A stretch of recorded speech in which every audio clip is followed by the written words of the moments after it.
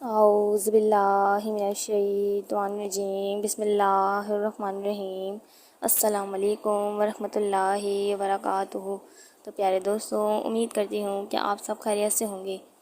تو دوستوں، آج میں آپ کو حضرت سلمان فارسی رضی اللہ تعالیٰ عنہ کے بارے میں خوبصورت بیان بتاؤں گی۔ تو دوستوں، یہ بیان سننے سے پہلے ہمارے یوٹیوب چینل کو ضرور سبسکرائب کر دیجیے گا اور ساتھ ہی بیل آئیکن کو بھی پریس کر دیجیے تاکہ آپ کو ہماری آنے والی ویڈیوز کا نوٹیفیکیشن ملتا رہے۔ حضرت سلمان فارسی رضی اللہ تعالیٰ عنہ سے مروی ہے، سلطان دو جہاں صلی اللہ علیہ وآلہ وسلم کا فرمان عالی نشان ہے، جو شخص جمعے کے دن نہائے اور جس پاکیزگی کی طاقت ہو وہ کرے، اور تیل لگائے اور گھر میں جو خوشبو ہو وہ ملے، پھر نماز کو نکلے اور وہ دو شخصوں میں جدائی نہ کرے، یعنی دو شخص بیٹھے ہوں انہیں ہٹا کر بیچ میں نہ بیٹھے، اور جو نماز اس کے لیے لکھی گئی ہے پڑھے، اور امام جب خطبہ پڑھے تو چپ رہے، اس کے لیے ان گناہوں کی جو اس جمعے اور دوسرے جمعے کے درمیان ہے مغفرت ہو جائے گی۔ اے عاشقانہ اور صحابہ و اہل بیت، ابھی آپ نے جو حدیث پاک سنی، اس کے راوی یعنی بیان کرنے والے حضور اکرم صلی اللہ علیہ وآلہ وسلم کی عظمت والے صحابی حضرت سلمان فارسی رضی اللہ تعالیٰ عنہ ہیں۔ صحابہ کرام علیہم رضوان سے پیارے نبی صلی اللہ علیہ وآلہ وسلم اپنی محبت کا اظہار اس فرمان عالی شان سے کرتے ہیں کہ جو مجھ سے محبت کرتا ہے اسے چاہیے کہ وہ میرے صحابہ سے محبت کرے۔ آپ کی کنیت ابو عبداللہ ہیں۔ آپ حضور انور صلی اللہ علیہ وآلہ وسلم کے آزاد کردہ ہیں۔ آپ فارسی النسل ہیں، فارس کے شہر اصفہان کے علاقے کے رہنے والے تھے۔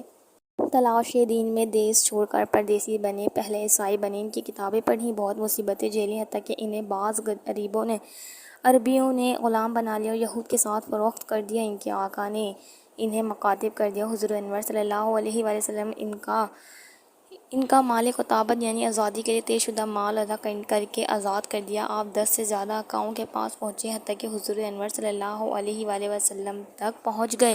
مکاتب اس غلام کو کہتے ہیں جس نے اپنے آقا سے مال کی ادائیگی کے بدلے آزادی کا معاہدہ کیا ہو۔ حضرت سلمان فارسی رضی اللہ تعالیٰ عنہ غلامی کی زنجیروں میں جکڑے ہونے کی وجہ سے غزوہ بدر و احد میں حصہ نہ لے سکے، پھر 300 کھجور کے درخت اور 40 اوقیہ چاندی کے بدلے آزاد ہوئے، اور ایک سرفروش مجاہد کی طرح بعد میں آنے والے تمام غزوات میں حصہ لیا۔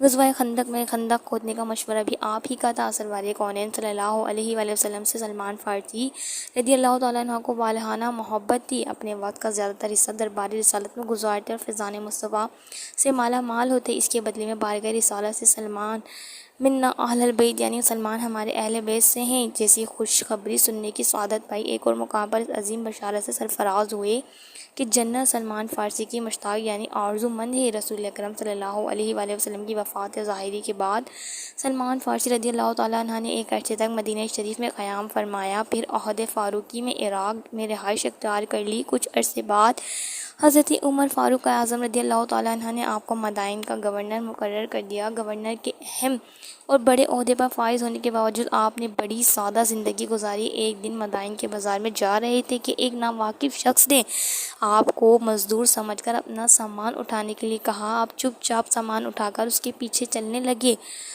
لوگوں نے دیکھا تو کہا، اے صحابی رسول، آپ نے یہ بوجھ کیوں اٹھا رکھا ہے؟ لائیے ہم اسے اٹھا لیتے ہیں۔ سامان کا مالک ہکا بکا رہ گیا، پھر نہایت شرمسار ہو کر آپ سے معافی مانگی اور سامان اتروانا چاہا، لیکن آپ نے فرمایا، میں نے تمہارا سامان اٹھانے کی نیت کی تھی، اب اسے تمہارے گھر تک پہنچا کر ہی دم لوں گا۔ حضرت سلمان فارسی رضی اللہ تعالیٰ عنہ راہ خدا میں مال خرچ کرنا خوب پسند کرتے تھے۔ چنانچہ بطور تنخواہ 4 یا 5 ہزار درہم ملتے، لیکن پوری تنخواہ مساکین میں تقسیم فرما دیتے اور خود کھجور کے پتوں سے ٹوکریاں بنا کر چند درہم کماتے اور اسی پر اپنا گزر بسر کرتے تھے۔ اللہ رب العزت کی ان پر رحمت ہو، ان سب پر رحمت ہو، ان کے صدقے ہماری بے حساب مغفرت ہو۔ اپنی امت سے پیار کرنے والے پیارے پیارے آقا صلی اللہ علیہ وسلم نے ارشاد فرمایا، جو جمعے کے دن نہائے اس کے گناہ اور خطائیں مٹا دی جاتی ہیں، اور جب چلنا شروع کیا تو ہر قدم پر 20 نیکیاں لکھی جاتی ہیں۔ دوسری روایت میں ہے ہر قدم پر 20 سال کا عمل لکھا جاتا ہے، اور جب نماز سے فارغ ہو تو اسے 200 برس کے عمل کا اجر ملتا ہے۔ غم زدوں کے غم دور کرنے والے خوش اخلاق آقا صلی اللہ علیہ وسلم نے ارشاد فرمایا، پیر اور جمعرات کو اللہ پاک کے حضور اعمال پیش ہوتے ہیں، اور انبیاء کرام علیہم السلام اور ماں باپ کے سامنے ہر جمعے کو وہ نیکیوں پر خوش ہوتے ہیں، اور ان کے چہروں کی صفائی اور تابش یعنی چمک دمک بڑھ جاتی ہے۔ تو اللہ سے ڈرو، اپنے وفات پانے والوں کو اپنے گناہوں سے تکلیف نہ پہنچاؤ۔ تو پیارے دوستوں، اس طرح کی مزید خوبصورت ویڈیوز دیکھنے کے لیے ہمارے یوٹیوب چینل کو سبسکرائب کرنا مت بھولیے گا۔ شکریہ۔